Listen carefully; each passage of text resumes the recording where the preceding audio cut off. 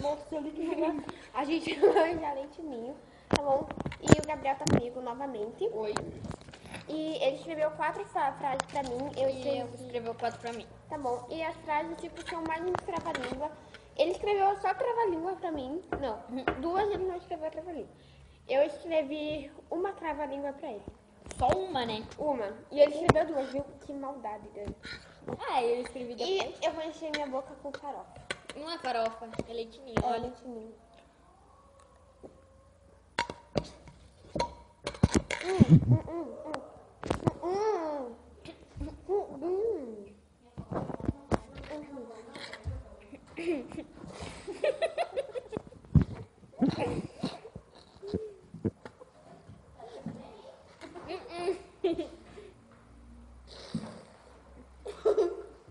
Meu pão.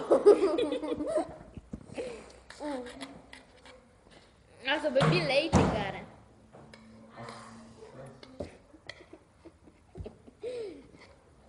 Nossa, cara. Eu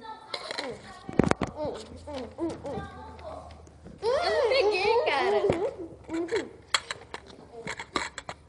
Nossa, eu peguei bem pouquinho.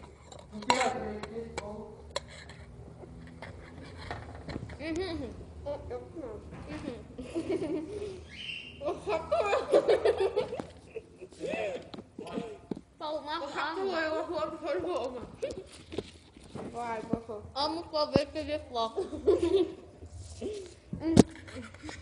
Cara, eu tô com...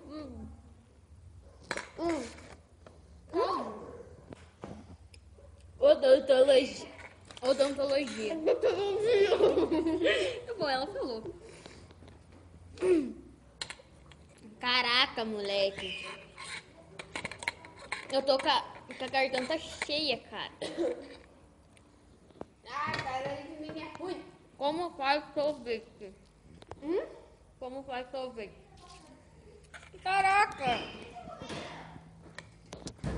Eu tô cheio de leite. Liquidificador. Nossa, sujou toda a tela do celular.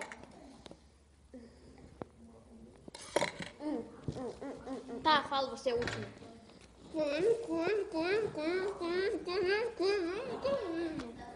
Caraca, moleque.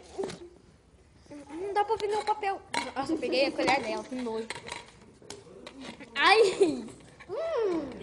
Tá gravando assim. Tá assim, ó. Sai, guria. O que eu tenho que falar? Porra. O último? Cova suja antiga.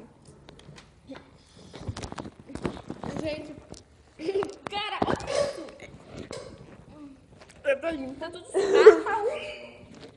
Esse foi o vídeo, cara. Um beijo.